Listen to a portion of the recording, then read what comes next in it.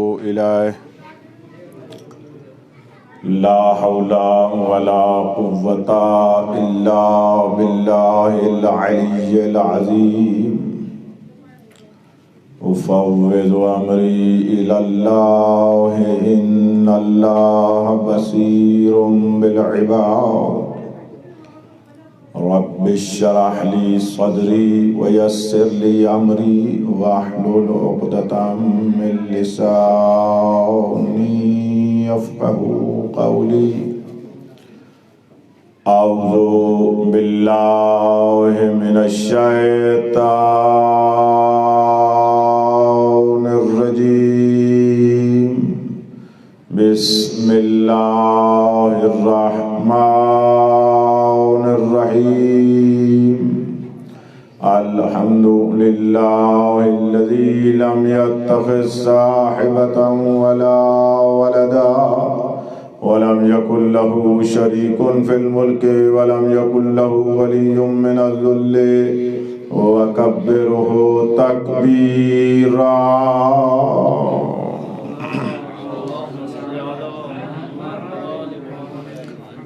الصلاة والسلام على رسول الذي أرسله بالحق بشيرا ونذيرا وداعيا إلى الله بإذنه وسراجا منيرا سيدنا ونبينا محمد المصطفى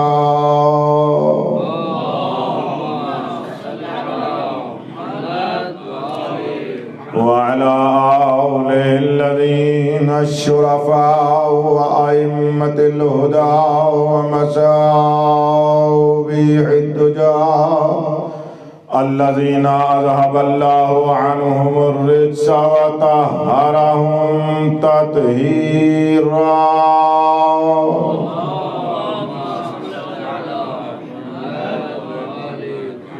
لا سيما بقية الله الأعظم روحي وأرواح العالمين لترى بمقدمه الفداء ولعنة الله على الأعداء من يوم ظلمهم إلى يوم الجزاء أما بعد فقد قال الله تبارك وتعالى في كتابه الأعلى بسم الله الرحمن الرحيم قل هو الله أحد الله الصمد لم يلد ولم يولد ولم يكن له كفوا أحد صلوات اللهم صل على محمد وآل محمد 1442 ہجری قمری سفر المظفر کا پہلا عشرہ بارگاہ امام بارگاہ بیت الزہراء مشہد مقدس میں جوار رضائے الہی میں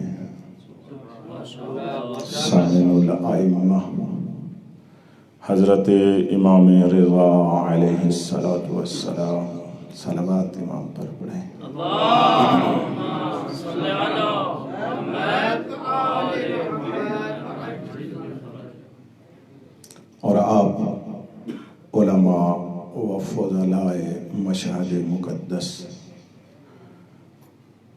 بندہ ناچیز دعوی شاگردی ہے مکتب اہل بیت میں ایک زندگی کا حصہ 35 سے 40 سال کا قرآن و اطرت کی شاگردی کرتے ہوئے آپ کی بارگاہ میں بھی شاگردی ہی کرنی ہے،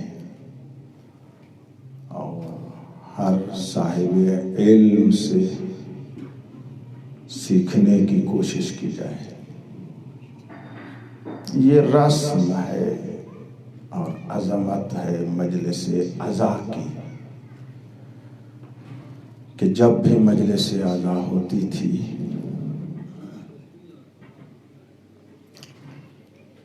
امام صادق، امام سجاد، امام رضا اور دیگر ائمہ ہدی علیہم السلام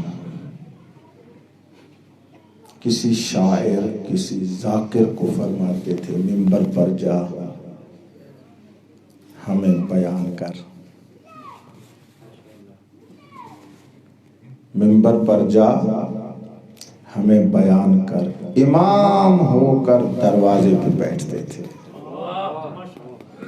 اب تمام بزرگان ہیں، ایک ناچیز کو نادان سمجھتے ہوئے اسی روش کے مطابق منبر پہ بیٹھ گیا ہوں، سماعت آپ نے فرمانا ہے۔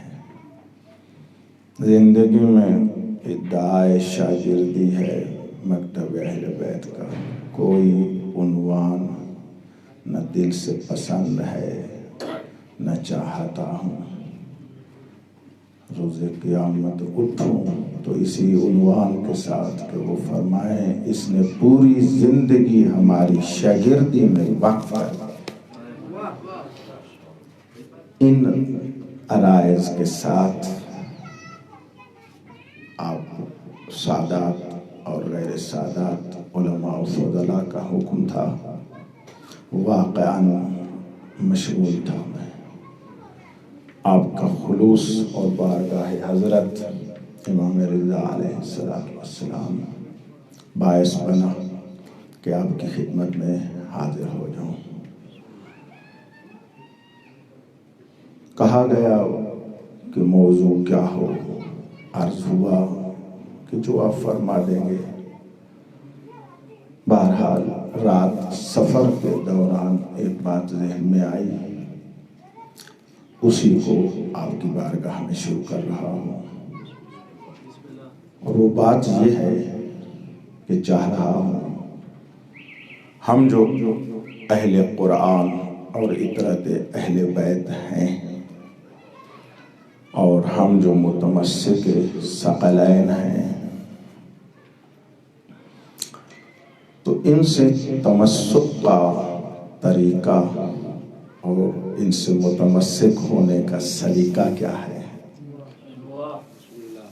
اس کا ایک انداز یہ ہے کہ زیادہ سے زیادہ انہی دو کو پڑھا جائے، انہی دو کو اپنایا جائے، انہی دو میں ہی زندگی گزاری جائے۔ تو اس کا جو راستہ ناچیز نے ان 10 مجالس کے لیے اختیار کیا ہے وہ یہ ہے کہ روزانہ ایک سورت کو، قرآن کی ایک سورت کو موضوع قرار دے کر کچھ اس کے بارے میں جو حقیقی باتیں ہیں اسے پہنچانے کی کوشش کروں گا۔ تو آغاز سورہ مبارکہ توحید سے کیا ہے۔ اگر آپ کے مزاج متعالی حاضر ہوں تو میں شروع کروں اپنی بات۔ سب صاحبہ، اس کرونا کے دور میں مجلس کرانا ہی بڑی بات ہے، اور پھر علماء کا سننا اس سے بڑی بات ہے۔ توجہ فرمانے ہیں فضلاء، بزرگان، سادات، غیر سادات۔ تعارف سورہ مبارکہ توحید کا قرآن کی موجودہ ترتیب کے مطابق مصحف کا 112واں سورت ہے، ترتیب نزول میں 22واں سورہ ہے۔ اللہ نے جو اس کو نازل کیا تو یہ 22 نمبر ہے، 22واں سورہ ہے جو اللہ نے نازل فرمایا۔ مصحف میں اس کی ترتیب جو ہے وہ 112 ہے، 4 اس کی آیات ہیں، 16 اس کے کلمات ہیں، 47 اس کے حرف ہیں۔ بعض نے کہا ہے یہ مکی صورت ہے اور بعض نے کہا ہے یہ مدنی ہے۔ عرض کیا کرتا ہوں مکی بھی ہے مدنی بھی ہے، اس میں کون سی بات ہے؟ اللہ چاہے اپنی توحید کو 2 بار نازل نہیں فرما سکتا؟ توجہ آپ فرما رہے ہیں؟ نہیں فرما، مختلف تفاسیر میں جانا نہیں چاہتا۔ یہ ایک تعارف اس سورہ مبارکہ کا۔ دوسرا تعارف اس سورہ مبارکہ کا، اسم مبارک ہے توحید اور سورۃ اخلاص، 2 نام ہیں نا اس کے، سورہ توحید، اور دونوں نام کی وجہ تسمیہ اظہر من الشمس ہے، بہت روشن ہے۔ اگر یہ توحید ہے اسی وجہ سے کہ پوری حقیقت توحید سمٹ کر اللہ نے سورہ مبارکہ قل هو اللہ احد میں بیان فرما دیا۔ اور اگر اس پر بولوں گا واپس پلٹتا ہوں، سورہ اخلاص اس لیے کہتے ہیں کہ یہ خالص توحید ہے جس میں کوئی اور تذکرہ نہیں ہے، یہ توحید خالص ہے۔ خالص کے بھی کئی معنی کیے جاتے ہیں، ایک معنی پھر کیا جاتا ہے کہ یہ توحید ہے جس میں غیر توحید کا تذکرہ نہیں ہے۔ توجہ آپ فرما رہے ہیں؟ یہ بات بھی ہے، کیونکہ وقت تھوڑا میں نہیں چاہتا ہوں ساری باتوں کے اوپر بحث کروں، یہ بات ہے لیکن اس کی توجیہ کی جائے تو ٹھیک بنے گا ورنہ درست نہیں ہے۔ دوسرا معنی اخلاص کا یہ ہے کہ اللہ فرماتا ہے وہ توحید خالص جسے میں چاہتا ہوں میرا ہر بندہ معتقد ہو، وہ سورہ توحید میں بیان ہو۔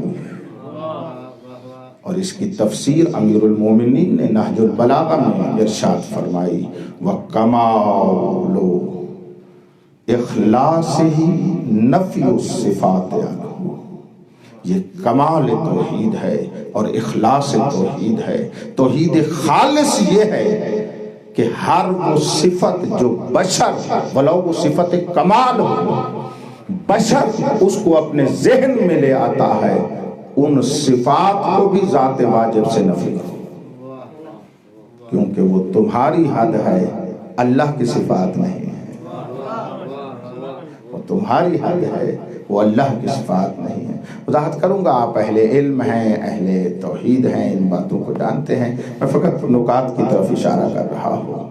سورہ مبارکہ توحید، توحید اس کا نام ہے، حقیقت توحید یہاں پر ہے۔ ایک لحاظ سے تو پورا قرآن بائے بسم اللہ سے لے کر والناس کی سین تک توحید ہی بیان کر رہا ہے۔ بھئی توجہ فرمائیے گا، اس کے آیات ہوں وہ بھی، بڑی توجہ، اس کے کلمات ہوں وہ بھی، اس کے حروف ہوں وہ بھی، اس کا ہر ایک نقطہ توحید بیان فرما رہا ہے۔ اچھا، میں نے ابتدا میں تعارف اس کا اس انداز میں کرایا کہ مفسرین نے لکھا کہ اس کے کلمات 16 ہیں اور حروف جو ہیں وہ 47 ہیں۔ بھئی توجہ فرمائیے گا اس کے اوپر۔ آخری میں کہنا کیا چاہتا تھا، اس طرح کے انداز کا میں نے تعارف کروایا، وجہ اس کی یہ تھی کہ جس طرح 114 سورتیں قرآن ہیں، اسی طرح اس کی ہر آیت بھی قرآن ہے۔ بھئی توجہ فرمائیے گا، اور جس طرح آیت قرآن ہے اسی طرح اس کا ہر لفظ قرآن ہے۔ جس طرح ہر لفظ قرآن ہے، قرآن کا ہر حرف قرآن ہے۔ حرف قرآن ہے، اس کی زبر ہو، زیر ہو، پیش ہو، نقطہ ہو، وہ بھی قرآن ہے۔ علماء فضلاء جو عرض کرنا چاہتا ہوں وہ یہ ہے، چاہیے یہ تھا کہ اہل قرآن جو متمسک ہیں قرآن و ادرک سے، وہ اس کو تفقہ کرتے اور اس کی تفسیر کرتے، اس کی تبیین کرتے۔ جس طرح آیات کو تفقہ کیا جاتا ہے اسی طرح الفاظ کو بھی تفقہ کیا جاتا ہے۔ اسی طرح حروف کو بھی تفکر کیا جاتا، ایک ایک حرف کی تفسیر کی جاتی، ایک ایک حرف کو تفکر کیا جاتا، تب بھی اس کا حق ادا نہیں ہو سکتا تھا، لیکن ہماری بندگی کا حق ادا ہو سکتا تھا، اس کا حق ادا نہیں ہو سکتا۔ ہماری بندگی کا تقاضا یہ ہے کہ یہ اس کا کلام ہے، اس کے ایک ایک شے کو تفکر کرنے کی کوشش کریں، اس کو پورا پورا درک کرنے کی کوشش کریں، کیونکہ تفکر وہ فہم عمیق ہے کہ شے کو پورا پورا حاصل کرنا۔ تو قرآن کو پورا پورا حاصل کرنے کے لیے اپنے حد تک جس طرح آیات میں تدبر چاہیے، اس کے الفاظ میں بھی تدبر چاہیے، اس کے حروف میں بھی تدبر چاہیے، اس کے نکات میں بھی تدبر چاہیے، کبھی کسی تک بندگی کا حق ادا ہوگا کہ ہمارے معبود کا کلام ہے، ہم اس کی ہر شے میں تدبر کر رہے ہیں۔ اور تدبر مرحلے 3 ہیں، اور چوتھے مرحلے پر انسان فائز ہوتا ہے قرآن کے بارے میں۔ شروع ہوتا ہے قرآن میں تفکر، پھر ہے تدبر، بڑی توجہ فرمائیے گا، اور تدبر کے بعد انسان منزل تفقہ پہ آ جاتا ہے۔ جب قرآن میں تفقہ ہو جائے پھر تعقل ہو جاتا ہے، یعنی عاقل بن جاتا ہے۔ یہ چوتھے مرحلے تک بھی اللہ ہم کو نہیں چاہتا کہ میرے کلام کو آپ سنیں، اس کے بعد فرماتا ہے جب اس کا عقل اولو الالباب لب بن جاتا ہے تو میرے کلام کا مخاطب بن جاتا ہے۔ یعنی اس سے پہلے یہ اللہ کا کلام کا مخاطب کوئی اور نہیں ہے، یا اولی الالباب، یعنی کم سے کم مخاطب کلام خدا صاحبان لب ہیں۔ عقل اور لب میں علماء کیا فرق ہے؟ ہم لب کا معنی عموماً عقل ہی کر دیتے ہیں، ایسا نہیں ہے۔ عقل اور لب میں بڑا فرق ہے۔ عقل ہے، لب عقل خالص کو کہتے ہیں، خالص عقل کو کہا جاتا ہے لب، کیونکہ عقل میں دخالت ہو جاتی ہے خیال کی بھی، وہم کی بھی، اور یہ دخالت اس کو عقل کو خالص نہیں رہنے دیتی۔ اللہ فرماتا ہے اپنے عقل کو وہم اور خیالات سے منزہ کر اس قابل بن جائے کہ میں تجھے یا اولی الالباب کہہ سکوں۔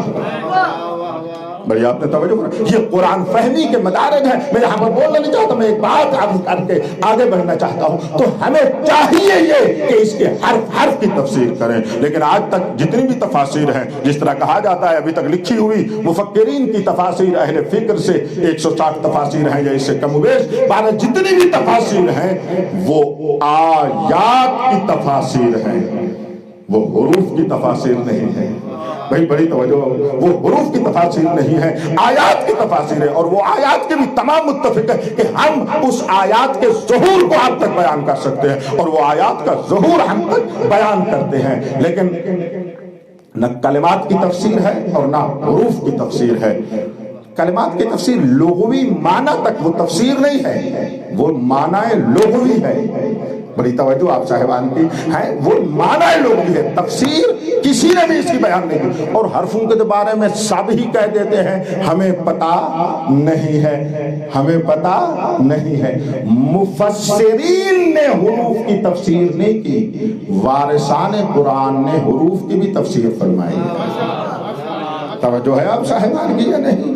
جو وارثان قرآن ہے وہ اس کی تفسیر فرمانے والے، لہذا آپ دیکھیں جو بھی مفسر حروف مقطعات میں پہنچتا ہے تو کہتے ہیں لا علم لنا، ہم نہیں جانتے اس کا معنی کیا ہے۔ الف لام میم یہ حروف مقطعات جتنے بھی ہیں تمام کہتے ہیں، ہاتھ کھڑے ہیں ہمارے، ہم نہیں جانتے کہ اس کا معنی کیا ہے۔ اور پھر اس کے بعد کیا کرتے ہیں کہ روایات میں جو کچھ آیا ہے اس کو نقل کر دیتے، تفسیر پھر بھی نہیں کرتے۔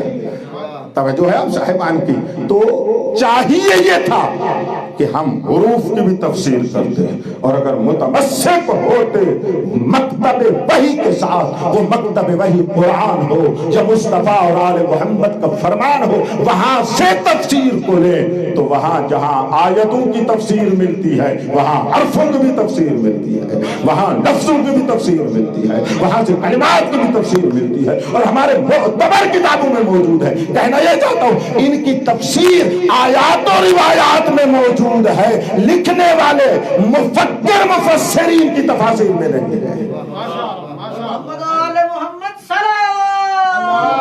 اللہم صلی علی محمد وعلی محمد وعجل فرجہ۔ چاہیے یہ تھا کہ اس کے ہر فرق کی تفسیر ہو. خدا نے توفیق دی ہے. کچھ مقدمات تفاسیر حوزہ میں عرض ہوئے ہیں فضلاء اور اہل علم کی بارگاہ میں. عرض کرتا رہا ہوں تقاضا بہت ہے. ابھی تک جو کوشش ہوئی ہے فقط بسم اللہ الرحمن الرحیم کے حروف کی تفسیر ہم نے فرمائشات محمد وآل محمد سے عرض کی ہے. چاہ رہے ہیں کہ اس سورہ مبارکہ توحید کے بھی 47 حرف ہیں، خیالات سے نہیں. بڑی توجہ کیجیے گا نا. وحی سے منسلک ہو کر مکتب وحی میں شاگردی کر کے وہاں سے تفکر کر کے ان کے حرف حرف کی تفسیر کی جائے، لفظ لفظ کی تفسیر کی جائے. یہ ایک زاویہ پڑا ہے. آپ علماء ہیں، فضلاء ہیں، اس میں کام کریں. قرآن میں کام کرنے کی جگہ بہت کچھ موجود ہے. تو یہ بھی ایک بہت بڑا زاویہ ہے جو تشنا پڑا ہے کہ اس کے درپے ہم ہو جائیں. تو اب سورہ مبارکہ توحید کے 2 تعارف میں نے آپ کی خدمت عالیہ میں عرض کیا ہے. ایک اور تعارف مزید معرفی ہو جائے کہ یہ سورت کیسی سورت ہے. اتنا تو سب جانتے ہیں 4 آیتوں پر مشتمل ایک چھوٹا سا سورہ اتنی عظمت رکھتا ہے کہ 3 مرتبہ تلاوت کر لو تو پورے قرآن کا ثواب ہو جاتا ہے. معمول بچپنے سے ایک بچہ ہوتا ہے سننے لگتا ہے اس حدیث کو، اس میں شک اور شبہ ہی نہیں ہے. ہمیں یہ تفقہ کرنے چاہیے کہ اللہ نے اس سورہ میں کیا معارف رکھے ہیں کہ 3 مرتبہ پڑھنے سے پورے قرآن کا ثواب مل رہا ہے. یہ تو ثواب کی بات ہے. اس کا مطلب یہ ہے پورے قرآن کا علم 3 مرتبہ اس کے 3 مراتب معرفت کو حاصل کرنے سے حاصل ہو جاتا ہے. اگر اس کی معرفت کو 3 مرحلوں کے ساتھ حاصل کر لیا جائے تو پورا ہو جاتا ہے. اب وہ 3 مرتبے مختلف ہیں. میں ایک اشارہ کر رہا ہوں.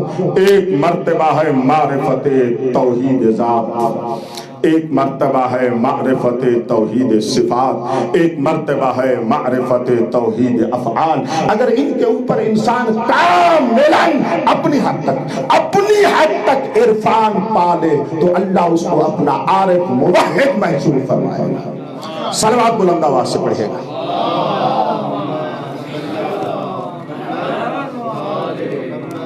ایک اور صلوات بھی پڑھیں.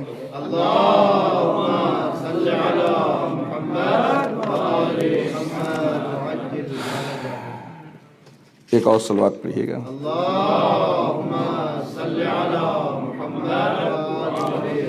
ایک بڑی شریف حدیث آپ کی خدمت عالیہ میں ہدیہ کرنے لگا ہوں. بڑی کریم حدیث ہے، بڑی پیاری. پیغمبر اسلام صلی اللہ علیہ وآلہ وسلم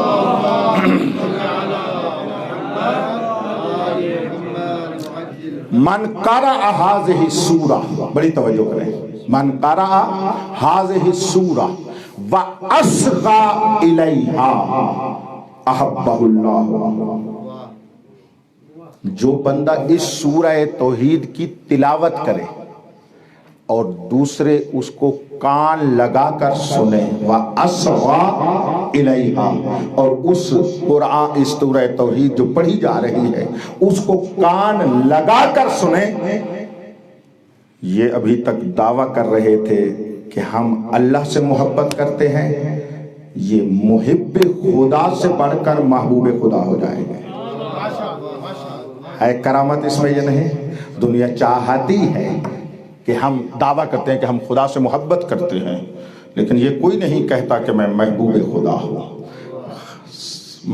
ختمی مرتبہ ارشاد فرما رہے ہیں تم سنو، اور جہاں پڑھی جائے استماع اور اصغاء میں یہی فرق ہے. استماع مطلقاً سننا ہے، بندے کے کان پڑھ رہی ہوتی ہے، توجہ کہیں اور ہوتی ہے.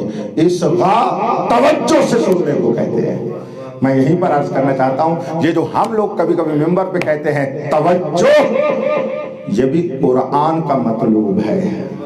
یہ مصطفیٰ کی خواہش ہے کہ توجہ سے سماعت کیا جائے. انسان ایک سفر کر کے ایک نیت سے جو آتا ہے، پھر یہاں پر اگر اس کہنے والے کی بولنے والے کی بات کو توجہ سے سنا جائے تو یہ اس کا بھی احترام ہے، ذکر کا بھی احترام ہے، جو کچھ پڑھا جا رہا ہے اس کا بھی احترام ہے. اور خدا نخواستہ توجہ نہ کی جائے تو کم سے کم ذکر کی بھی احترام ہے.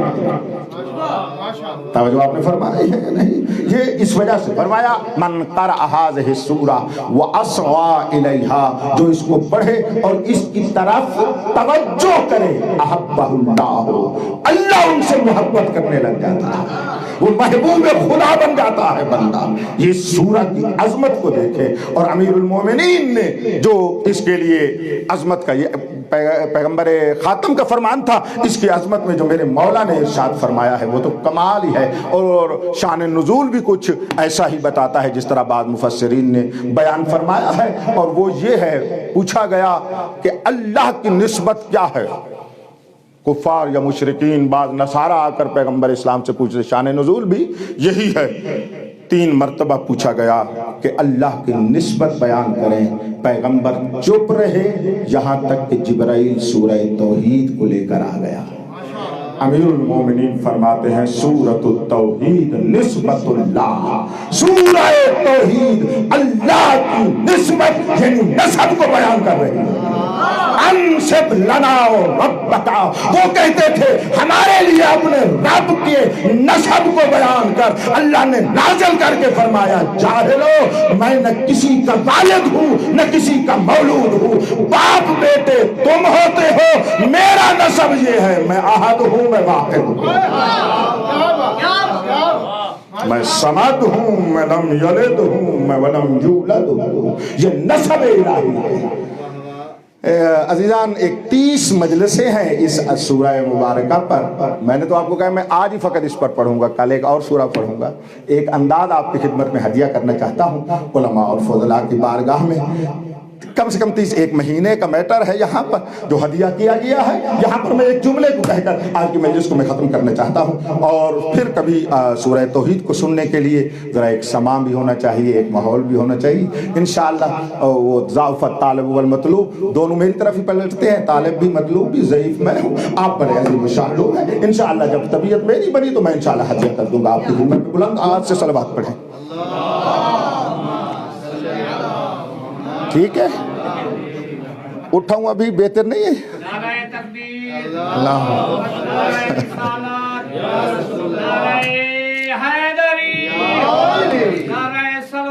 اللہم صلی اللہ وہ تھوڑی سی تار ہل پڑے تو آواز ختم ہو جاتا ہے، ایسا سا ہاتھ مارا ہے یہ گر گیا، باقی کیا بچا ہمارے پاس؟ نہیں بھائی، عزت بچا سید، پہلے نیچے آ جائیں بہتر ہے۔ صلوات بلند آواز سے۔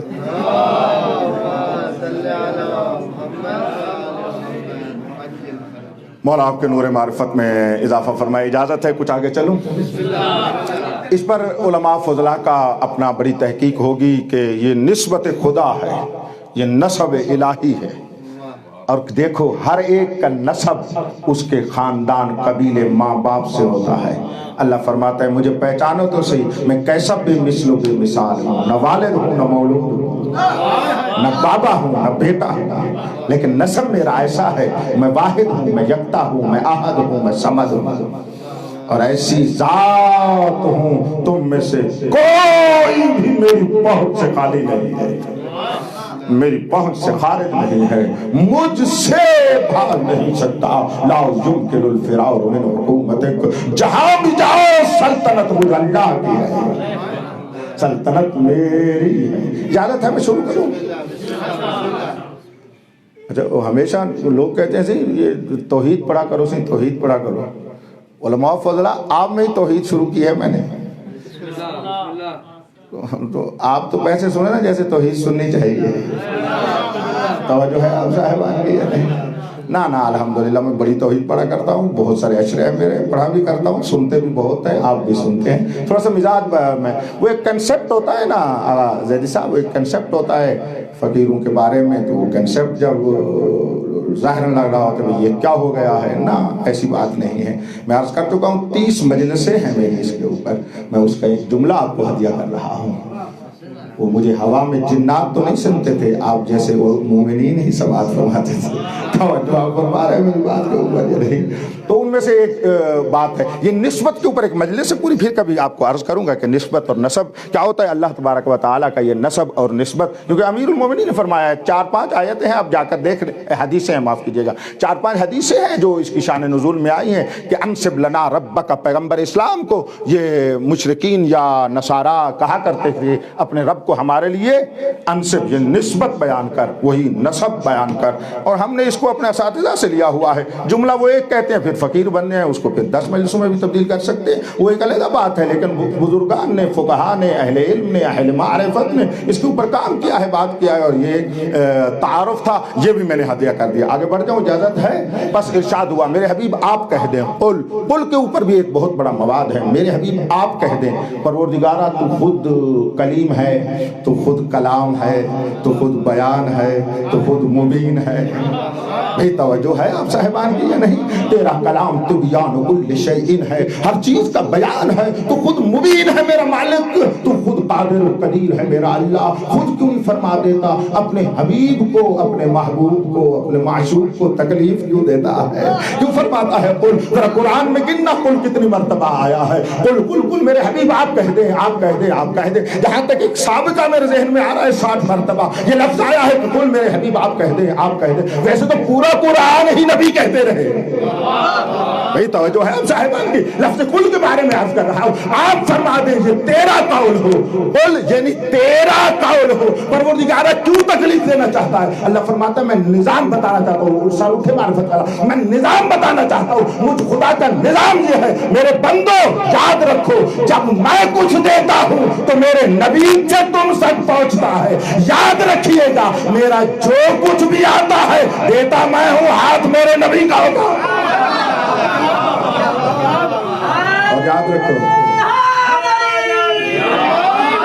یا علی مولا، الحمدللہ رب العالمین، مولا اس کرونے کو دور کر۔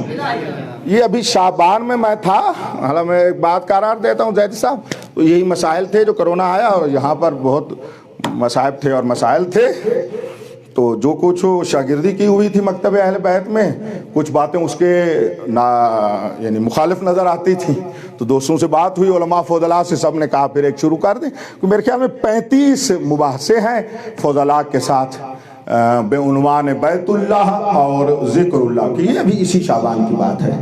حوضہ علم یعقوب میں آن لائن بھی ہوا ہے، نجف میں بھی، اور مجھے یہاں مشہد کا پتہ نہیں، لیکن نجف سے مجھے فون آتے رہے ہیں، وہاں بھی چلتا رہا، اور قوم میں تو تھا ہی صحیح، باقی جگہوں پر بھی ایسا۔ تو اس بات ہم نے یہ کیا ہے آیات اور روایات کی روشنی میں کہ بیت اللہ یعنی اللہ کے گھر میں، ذکر اللہ یعنی اللہ کے ذکر میں، کرونا نہیں، کرونا جیسی جو بھی نحوست ہو یہاں پر پھیلتی نہیں ہے۔ جملہ میرا یاد کر کے جانا اور اس کے اوپر کام کرنا۔ لفظ میں نے کہا پھیلتی نہیں ہے، کوئی مریض آ سکتا ہے لیکن دوسرا سالم بندہ اس مریض سے مریض نہیں ہو سکتا۔ یہ غیرت الہیہ کے خلاف ہے، یہ اللہ کی غیرت کے خلاف ہے۔ پوری زندگی دعائے کمیل میں پڑھتے رہے، یا من اسمہ دوا وذکرہ شفا، اے وہ ذات جس کا اسم نام دوا ہے اور ذکر شفا ہے۔ یہ اصل میں نامراد کوئی نئی آئی ہے نا، کچھ زیادہ ہی ہم گھبرا گئے ہیں۔ توجہ ہے آپ صاحبان کی یا نہیں؟ ہاں یہ آئی ہے تو نا، بہرحال باہر کا تو اپنے مقابلے ایک بات آ گئی ہے تو میں نے ہدیہ کر دی ہے ابھی، تو یہ ایک برہان نہیں، الحمدللہ قرآن مجید کی تقریباً 12 آیات سے اور مفصل احادیث سے مفصل بات کی ہے۔ 1-1.5 گھنٹہ 2 گھنٹے روزانہ ایک مباحثہ ہوتا تھا جس میں فضلاء تھے، اس بات ہوا ہے، شاید کتاب کی شکل میں اکثر کا تقاضا ہے۔ فارسی میں بھی ہوا ہے، ایک فارسی میں تھا ایک اردو میں تھا، دونوں میں ہم نے اس کو تبیین کیا ہے۔ ایک چھوٹی سی بات میں نے آپ کو یہی عرض کی ہے، ایسا نہیں ہے جو بھی معاملہ آئے نا قرآن میں تفکر کرو جواب دیتا ہے، روایات میں تدبر کرو نور دیتے ہیں۔ کلامکم نور، تمہارا کلام نور ہے، بات یہ ہے کہ جو نور لینے والا ہو، نور لینے والا ہو تو یہ بات بن جاتی ہے۔ بھئی بڑی مہربانی آپ صاحبان کی، علماء اور فضلاء کی، عرض کرنے لگا تھا تو اس سورہ مبارکہ توحید کا جو حقیقی پیغام ہے وہ توحید ہے۔ اور تفاسیر میں دیکھیں، بعض ایک تفاسیر یعنی اکثریت قاطع آج کل تو آئی ٹی کا زمانہ ہے ماشاءاللہ، آپ بٹن دباتے ہیں ساری تفاسیر آپ کے سامنے آ جاتی ہے۔ جو کچھ عرض کر رہا ہوں آپ کی خدمت میں جا کر دیکھا، اکثریت کم از کم 95%، یہ بھی میں احتیاط سے ورنہ میرے نزدیک زیادہ ہے، 95% تفاسیر کو اٹھا کر دیکھیں، سورت کا نام توحید ہے، جو کچھ بیان کیا جا رہا ہے یعنی زیادہ جو بیان کیا گیا ہے وہ وحدت خدا نہیں ہے، یا صفات بیان ہو رہی ہیں یا افعال بیان ہو رہے ہیں، وہ ٹھیک ہے خدا کی شان ہے، لیکن یہ سورت توحید ہے، یہ اس کی وحدت کو بیان کر رہی ہے۔ تو اس سورت میں جتنا ہو سکے اس کی وحدانیت کو بیان کیا جائے، اس کی وحدانیت کے تحت پھر اس کی صفات بھی ہیں، کمالات بھی ہیں، جمال بھی ہے، جلال بھی ہے، اسماء جمالیہ بھی ہیں، اسماء جلالیہ بھی ہیں، لیکن اصل تو توحید ہے نا۔ قل میرے حبیب آپ کہہ دیں۔ اچھا یہ آپ کیوں کہیں؟ دوسرا نقطہ عرض کیا تھا نا کہ ایک بڑی لمبی گفتگو ہے قل کے اوپر، ایک دو نقطے ہدیہ کرنے لگا ہوں۔ ایک تو بات یہ ہے کہ تو کہہ دے تاکہ ان کو نظام پتہ چل جائے کہ جو بھی مجھے اللہ کا ہوتا ہے ہاتھ تجھ نبی سے آتا ہے، اور تم بھی یاد رکھو جو تم نے میرے پاس پہنچانا ہے نا، ڈائریکٹ ہونے کی کوشش نہ کرنا، وہ بھی نبی سے میرے پاس پہنچانا۔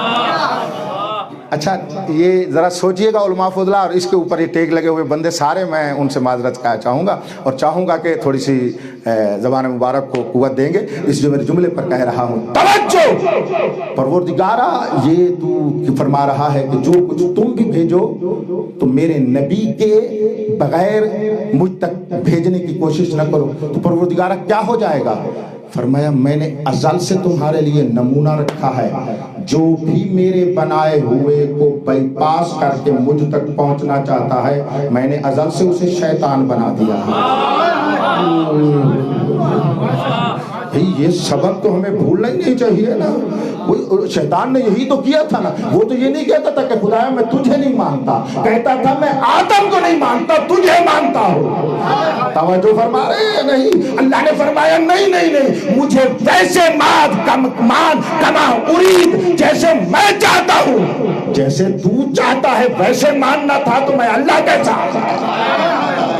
میرے بنائے ہوئے کی تعظیم کر کے میری وحدانیت کو سجدہ کر، تب تو میرا بندہ ہے۔ تو ازل سے یہ الہی نظام ہے، جو بھی اللہ کے بنائے ہوئے کو ہٹا کر خدا سے ڈائریکٹ ہونا چاہتا ہے، خدا قیامت تک کے لیے لعنتی بنا دیتا ہے۔ آخری نقطہ عرض کروں، قل میں مجھے بڑا اچھا لگتا ہے، ہدیہ کروں، لطیف ہے، میں نے بڑے علماء سے دعائیں لی ہیں اس جملے پر کہ بلا زیادہ سے بڑی توجہ چاہ رہا ہوں۔ بزرگ شیخ سادات غیر صلاح جتنے بزرگ فضلاء بیٹھے ہو، ممکن میں بعض کے اسماء مبارکہ نہیں جانتا، بعض کے نام نہیں جانتا، بعض کو ویسے آج زیارت کر رہا ہوں، یہ توجہ کرنے کے لیے ایک جملے کہہ دیتا ہوں کہ فلاں صاحب، اور کوئی میری غرض نہیں، انتہائی توجہ کرو ایک جملہ کہنے سے۔ قل میرا حبیب تو کہہ دے، پروردگار کلام تیرا ہے، تیرا نبی کیوں کہے؟ کہا مجھے اس سے عشق ہے، دیکھو گے تو جملہ کہوں گا، کہا مجھے اس سے عشق ہے، پروردگار عشق ہے تو کہنا کیا چاہتا ہے؟ فرمانا چاہتا ہے میرے عشق کا تقاضا یہ ہے کلام میرا ہے، قول نبی کا بن کے آئے۔ قل تو کہے یعنی میرا کلام مقول نبی بن کے میری وحی ہو، یعنی میری کلام کو، میرے وحی کو مقول نبی بھی کہا جائے، اسی میں تو میری محبت کا اظہار ہوتا ہے۔ میرے حبیب قل آپ کہتے ہیں هو اللہ احد، قل کا مقول ہے نا یہی، آگے جو کچھ بھی ہے قل کے بعد جو بھی ہوگا، آپ علماء یہی فرماتے ہیں نا کہ وہ کیا ہے؟ مقول ہے، یعنی جو کچھ کہا گیا ہے کہہ دو هو اللہ احد، یہ ایک ترتیب ہے، ہوا اللہ احد، اس میں لفظ واحد نہیں آیا، سورہ مبارکہ توحید میں لفظ واحد نہیں ہے، احد ہے، احد واحد سے بالاتر ہے، جب احد آ جاتا ہے واحد خود ہوتا ہے۔ بھئی توجہ ہے؟ عموماً جو ایک لفظی طور پر بھی معنی کیا جاتا ہے وہ یہی ہے، واحد اسے کہتے ہیں جس کا دوسرا نہ ہو، مجھے دیکھنا، واحد اسے کہتے ہیں جس کا دوسرا نہ ہو، احد اس کو کہتے ہیں جس کی جزو نہ ہو۔ فرق ہے، لطف ہے آپ کو؟ جس کی جزو نہ ہو، اور جس کی جزو نہ ہو اس کا دوسرا بن ہی نہیں سکتا۔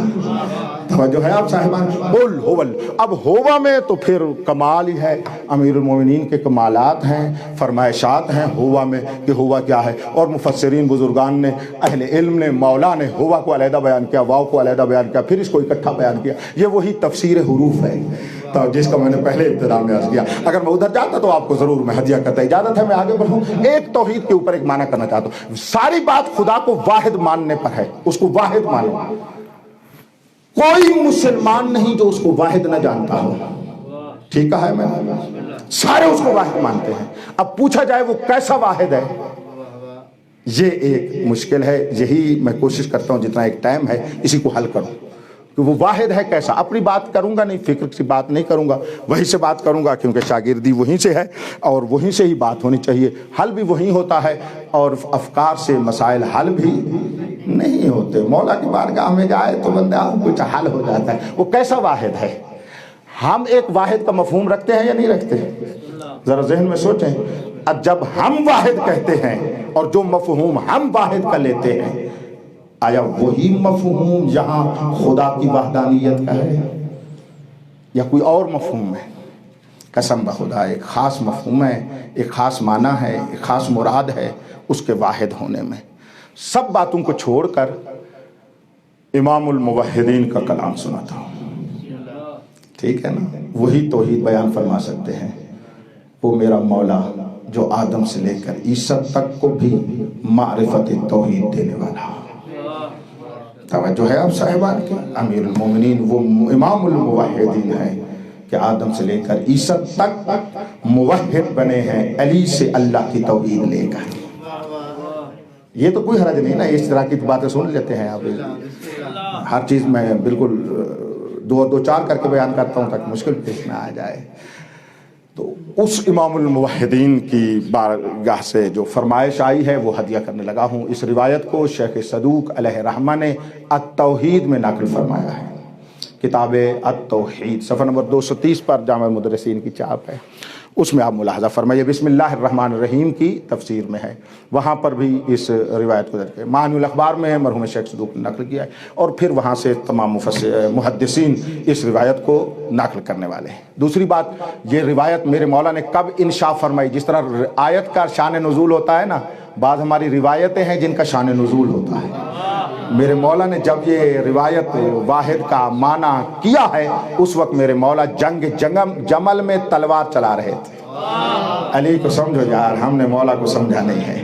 تلوار چلا رہے تھے کہ ایک عرابی اٹھا، عرابی نے کہا یا علی انت تقول اللہ واحد، آپ کہتے ہیں اللہ واحد ہے، تو اس کا معنی کیا ہے؟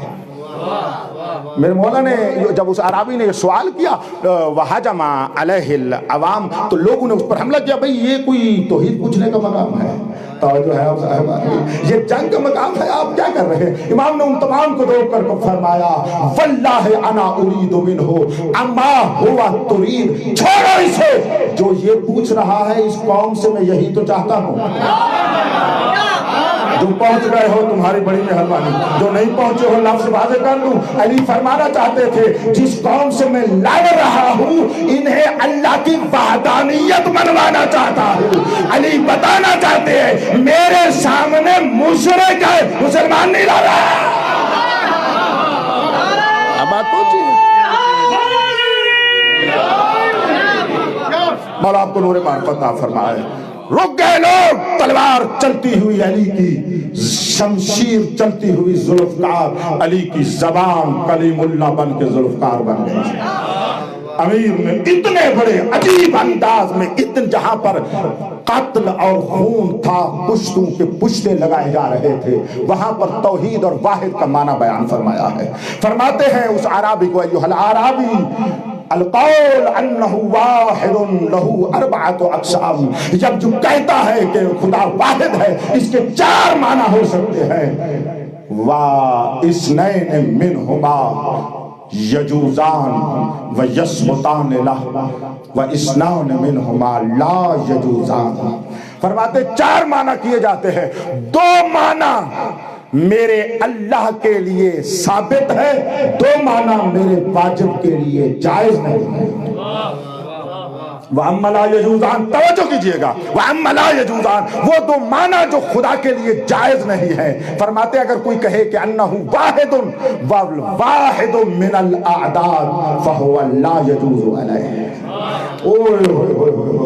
مولا نے تو بات ہی ختم کر دی. میرے مولا فرماتے اگر واحد کا معنی وہ ہو جو اعداد میں ہوتا ہے، جس کو آپ وحدت عددی کہتے ہیں، واحد عددی ہو جو عدد میں واحد ہے، یہ اللہ کے لیے ثابت نہیں ہے.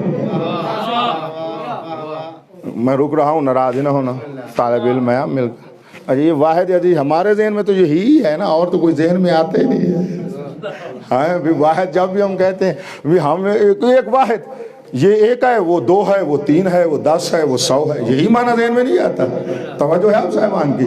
وہ جو اکثریت کے ذہن میں واحد کا معنی تھا وہ تو میرے مولا نے پہلے ہی لا یجوز کر دیا. تو اب ہم جو تفقع کرنے آئے ہیں دور دراز سے، مشہد میں، قم میں، نجف میں، جہاں پر بھی، تو ہمیں وہ صحیح معنی لینا چاہیے نا کہ خدا کیسا واحد ہے. آگے مولا کریم جملہ ارشاد فرماتے، میری توجہ کیجئے گا، ارشاد فرماتے ہیں کیوں واحد عددی کسے کہتے ہیں؟ واحد عددی یعنی گنتی والا واحد، عدد والا واحد وہ واحد ہوتا ہے جس کا دوسرا ممکن بھی ہو، جس کا دوسرا موجود بھی ہو. اور ہی نہیں فرمایا یہ ایک ہے تو پھر دوسرا اس کا ہے. عددی وہ ہوتا ہے جس کا دوسرا ممکن ہو. اللہ ایسا واحد ہے جس کا دوسرا ممکن ہی نہیں، جس کا دوسرا تصور ہی نہیں، جس کو دوسرا سوچا ہی نہیں جا سکتا. مولا فرماتے اگر وہ واحد معنی عدد والا ہو تو وہ تو مخلوق بن جائے گا، خالق نہیں رہے گا.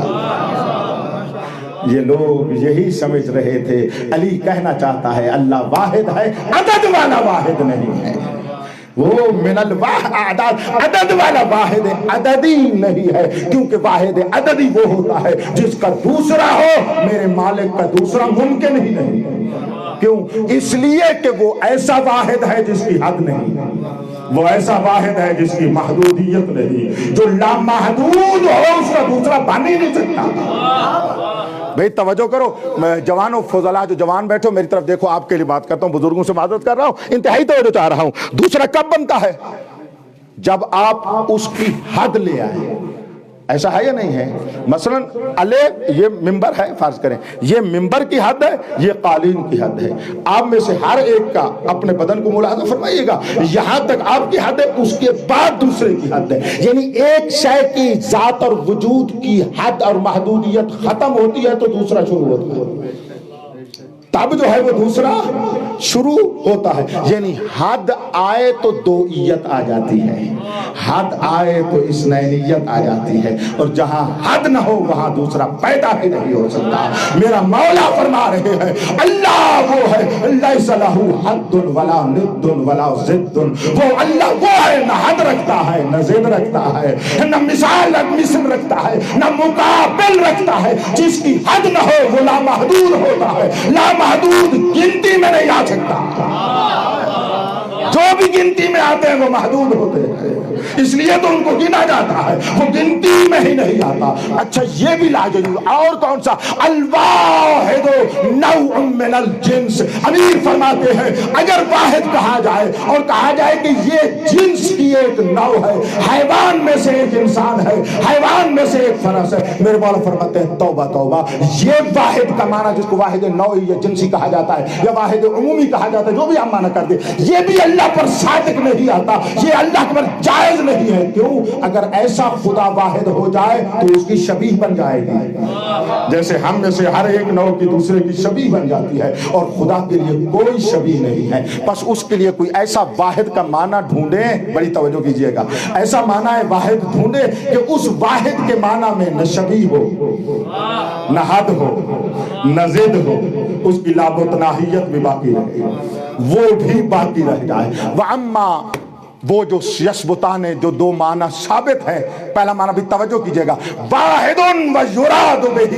لا مثل لا ولا شبیہ لا. واحد کہا جائے اللہ کو اور مراد لی جائے نہ اس کی شبیہ ہے نہ اس کی مثل ہے. یہ ٹھیک ہے بھائی، کیونکہ یہ واحد کا معنی بدل جائے گا لامحدودیت کی طرف. اس پوری بات میں وحدانیت سے مراد اس کی لامحدودیت ہے اور اس کا لامتناہی ہونا ہے کہ اس کی حد نہیں ہے، انتہا نہیں ہے. اور فرمایا یہ معنی کریں یہ بھی ٹھیک ہے، اس کی شبیہ نہیں، نہ اس کی ذات میں کوئی شبیہ، نہ اس کی صفات میں کوئی شبیہ، نہ اس کے افعال میں کوئی شبیہ. وہ لیس کمثلہ شیء ہے، یعنی واحد سے لیس کمثلہ شیء مراد لیں، یہ ٹھیک ہے. یہ کبھی کبھی ہم کہتے ہیں نا کہ وہ اپنی مثال آپ ہے اور وہ بے مثل و بے مثال ہے، یہ معنی ہے لیس کمثلہ شیء کا. اگر یہ مقصود میرے مولا کا یہ ہے کہ اس کو واحد کہو اور یہ مراد لو کہ اس کی وحدت کسی کی وحدت جیسی نہیں، اس کا یکتا ہونا کسی کی یکتائی جیسا نہیں، تو یہ ٹھیک ہے، یہ ثابت ہے. اور آخری معنی دو جائز بھی ہے ان دو میں سے، اور بات میری پوری ہو گئی ہے. پھر اس کے بعد آپ کہیں گے تو ٹائم میرے خیال میں ختم ہو گیا، میں اس کے اوپر ختم کر دیتا ہوں. بس توجہ چاہ رہا ہوں اسی آخری جملے کے اوپر. میرے مولا ارشاد فرما رہے ہیں کہ وَأَنَّهُ وَاحِدٌ وَيُرَادُ بِهِ، توجہ کیجئے، لَيْسَ لَهُ حَدٌّ فِي الْوُجُودِ والعقل. اگر مراد یہ ہو کہ نہ حقیقت میں اس کی کوئی حد ہے، نہ ذہن میں اس کی کوئی حد ہے، نہ مقدار میں اس کا کوئی جزو ہے. یعنی واحد کا معنی کرنا چاہتے ہیں کہ جزو نہیں ہے، جزئیت نہیں ہے، جز نہیں رکھتا. یہ ہے معنی واحد. ایسا واحد ہے کہ اس نے اپنے غیر کے لیے وحدت کو چھوڑا ہی نہیں ہے. اس کی وحدت ہے جو ہر چیز پر محیط ہے. وہ ذات میں دیکھو تو وہ یکتا، وہ صفات میں یکتا، وہ اسماء میں یکتا. بڑی توجہ کیجئے گا، وہ افعال میں یکتا، نہ اس کے کام جیسے کسی کے کام، نہ اس کی صفات جیسی کسی کی صفات، نہ اس کے جمال جیسا کسی کا جمال، نہ اس کے جلال جیسا کسی کا جلال. وقت کیونکہ ختم ہو گیا ہے، اتنا ہی آپ کی خدمت میں آنا تھا. جو نتیجہ دینا چاہتا تھا وہ رہ گیا. اگر آپ چاہیں گے تو کل اسی نتیجے کو دیا کر کے ایک دوسری صورت کو شروع کر دیں گے اگر چاہیں گے. مجھے وقت کا آپ کا اندازہ نہیں، مجھے کہا گیا تھا 5:15 بجے میں بیٹھوں گا. مجھے شاہ صاحب کہہ رہے تھے کہ آج آپ کہہ دیں کہ 5 بجے، 5:15 بجے آج بیٹھے ہیں، کل کے لیے کہیں 5 بجے. آج مجھے آپ نے 5:30 سے بھی آگے بٹھایا ہے، تو اب میں کیسے کہوں کہ آپ تشریف کیسے لائیں گے. علماء کرام بنا عرض بھی کوئی نہیں کر سکتا، جیسے آپ کی مرضی ہو. یہ انتظامیہ سے آپ مراجعہ کر کے دیکھ لیں کہ کتنی بات ہے. بات ختم ہو گئی. یہ توحید بیان ہوئی. آخری نقطہ تھا جو میں عرض کرنا چاہتا تھا رہ گیا. انشاءاللہ تبارک و تعالی کہ کل کی بارگاہ میں اس کو عرض کروں گا. لیکن اتنا ضرور ہے، وہ ایسا واحد ہے کہ اس نے اپنی وحدت کو اپنی ولایت سے منوایا ہے. جملہ میرا یاد رکھنے کا ہے، اس نے اپنی وحدت کو اپنی ولایت سے منوایا ہے. اپنی ولایت کو علی کے نام لگایا ہے اور علی کے نام لگا کر اپنی ولایت کو منوایا ہے. یہ ایک بات تھی جو میں ثابت کرنا چاہتا تھا اس کو ایک حدیث کے ذریعے سے، اور بات کو میں ختم کرنا چاہتا ہوں. بس کافی ہے. اس توحید کو بچا کر ہم تک پہنچانے کے لیے علی کی زینب علیٰ بیٹی سفر پہ آ گئی.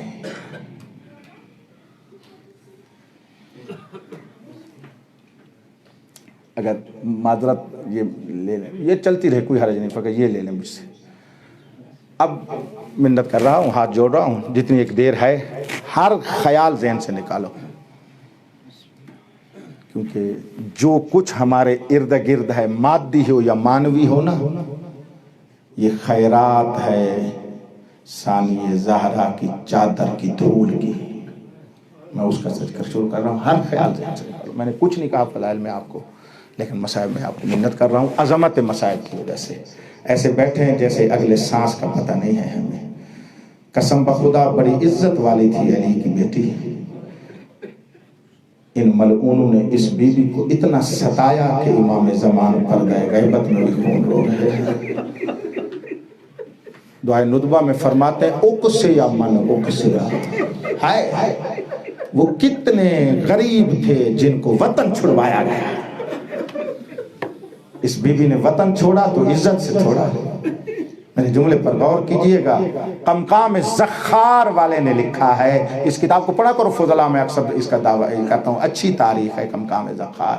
وہ لکھتے ہیں جب حسین مدینہ سے چلے ہیں 250 گھوڑے تھے, 250 محمل تھے. 250 یعنی مولا حسین ایسے نہیں چلے, تھوڑے سے لوگوں کے ساتھ نہیں چلے. اور یہ بی بی بڑی عزت کے ساتھ باہر آئی ہے. راوی کہتا ہے میں نے سنا کہ حسین مدینہ چھوڑ رہے ہیں, میں نے چاہا جاؤں, مدینے کے رئیس اپنا وطن چھوڑتے کیسے. کہتا ہے 28 رجب کو میں شام کے قریب مدینے میں پہنچا, میں نے پوچھا لوگوں حسین کا گھر کہاں. مجھے لوگ بیت الشرف کے قریب لے کر آئے. میں نے دیکھا, جملہ بڑا کہہ رہا ہوں, اگر رونے کے لیے آپ آئے ہیں بیٹھ جاؤ, جو آئے ہوا ہے جلدی کرو, جملہ بڑا ہے, بس اسی کے اوپر بندہ رو سکتا ہے. یہ بندہ لکھتا ہے, کہتا ہے میں نے دیکھا بیت الشرف کے سامنے اونٹ بیٹھے ہوئے تھے, محمل بنے ہوئے تھے, پردے لگے ہوئے تھے. اب آپ سفر کی دعا کو سن رہے ہیں مجھ سے یہ جملہ, یہ 28 رجب 60 ہجری میں وہ کہہ رہا ہے اونٹ بیٹھے ہوئے تھے, محمل لگے ہوئے تھے, بنے ہوئے تھے اور پردے لگے ہوئے تھے. کچھ شخصیات تھے بلا تشبیہ ایسے کرسیوں پر بیٹھے تھے. ایک باعظمت ذات تھی, اس کے دائیں طرف ایک ہیبت والا جوان تھا جس کی ہیبت سے میرا دل لرز جاتا تھا. دوسری طرف ایک حسین جوان تھا جس سے ماہتاب بھی شرما رہا تھا. کہتے یہ بیٹھے تھے کہ اتنے میں دروازے پر دستک ہوئی اور دروازہ کھلنا چاہا. بس دروازہ کھلا نہیں تھا, ان 3 شخصیتوں نے کرسی کو چھوڑا. ایک مرتبہ اس ہیبت والے جوان نے کہا الحجاب الحجاب, آؤ مل کر ماتم کریں, سفر میں بیٹھے ہو. اس نے الحجاب کہا, گویا کہ پرندوں اور چرندوں کے اوپر پردہ لازم ہو گیا تھا. سناٹا طاری ہوا. یہ کہتا ہے میری آنکھیں تھی, میں نے اتنا دیکھا, ایک بی بی ہے جو سیاہ چادر میں لپٹی ہوئی آ رہی ہے. رونے والوں آزاداروں, یہ بی بی چلتی ہوئی آ رہی ہے. جو رونے کے لیے آئے ہو, جملہ میرا ہے, ہدیہ میں کر رہا ہوں. یہ بندہ کہتا ہے میں نے اس بی بی کے چلنے کو دیکھا, مجھے یقین ہو گیا یہ بی بی زیادہ پیدل نہیں چلتی. یہ بی بی کچھ اس انداز میں قدم اٹھا رہی تھی, لگتا تھا یہ زیادہ پیدل چلنے کی عادی نہیں ہے. اور رونے والوں, یہ بی بی خرامہ خرامہ چلتی ہوئی اس اونٹ کے قریب آئی. وہ اس باعظمت ذات نے آگے بڑھ کر اس کے بازو کو پکڑا. ہیبت والے جوان نے زانو پیش کیا اور اس حسین جوان نے دوسرے بازو سے پکڑا. حسبی اللہ کر کے اس بی بی کو سوار کیا. تینوں جوانوں نے کہا اللہ تیری بڑی مہربانی, شکر خدا ادا کیا. میں نے ساتھ والے بندے سے پوچھا بتا سکتے ہو یہ 3 شخصیتیں کون ہے, یہ بی بی کون ہے؟ تو اس نے بتایا لگتا ہے تو کوئی مہمان ہے. میں نے کہا میں بصرے سے آیا ہوں. اس نے کہا پھر سن, یہ باعظمت ذات حسین ہے, یہ ہیبت والا جوان عباس ہے, یہ حسین جوان علی اکبر ہے. اس نے کہا آنکھیں بند کر, وہ بی بی زینب ہے. راوی کہتا ہے میں نے 28 رجب 60 ہجری کو مدینے میں اس بی بی کو اس عزت کے ساتھ چلتے ہوئے دیکھا. کہتا ہے موت آ جاتی مجھے. پھر میں نے دیکھا 61 ہجری 11 محرم کربلا کا میدان تھا. بی بی وہی تھی, چادر نہیں تھی. بی بی وہی تھی, ہاتھ بنے ہوئے تھے, رو کر کہہ رہی تھی عباس آؤ مجھے سوار کراؤ. اجرکم اللہ, مولا تمہیں کوئی غم نہ دے سوائے غم اہل بیت کے. روایت سناتا ہوں 11 محرم کی, اللہ پاک کی قسم ایسے بیویوں کو سوار کرنا بعد میں سناؤں گا. اتنا میں آپ کو کہنا چاہتا ہوں. اس میں آگے آگے ایک اونٹ بیٹھا تھا, معالی والے نے اس کو لکھا معالی سٹین, یہ روایت موجود ہے. انہوں نے لکھا ہے اس کا خاکستری رنگ تھا. ایک مرتبہ اس اونٹ نے گردن موڑ کر بعد والے پیچھے والے اونٹ سے ایک کلام کیا, وہ بھی سن کر رونے لگے. میں قربان جاؤں. اس نے تیسرے کو, اس نے چوتھے کو, جس اونٹ تک بات آ جاتی تھی اونٹ کی آنکھوں سے آنسو جاری ہو گئے. بی بی زینب نے کہا سجاد بتا سکتے ہو اس اونٹ نے کیا کہا ہے, رو کیوں رہے؟ اس وقت مولا رو کے کہتے ہیں اماں تجھے نہیں پہچانا تو مسلمانوں نے یہ حیوان بڑا جانتے ہیں. اس اونٹ نے انہیں کہا ہے یاد رکھنا تمہاری ننگی پشت پہ علی کی بیٹیاں سوار. یہ کوئی عام بیویاں نہیں, یہ مزار نبی پہ رات کو جایا کرتی. اب مجھے معاف کر دو گے جو میرا استنباطی مصاحب حجے پر چھوڑ رہا ہوں اسی جملے کے اوپر. پھر یہ کیا ہوا ہے؟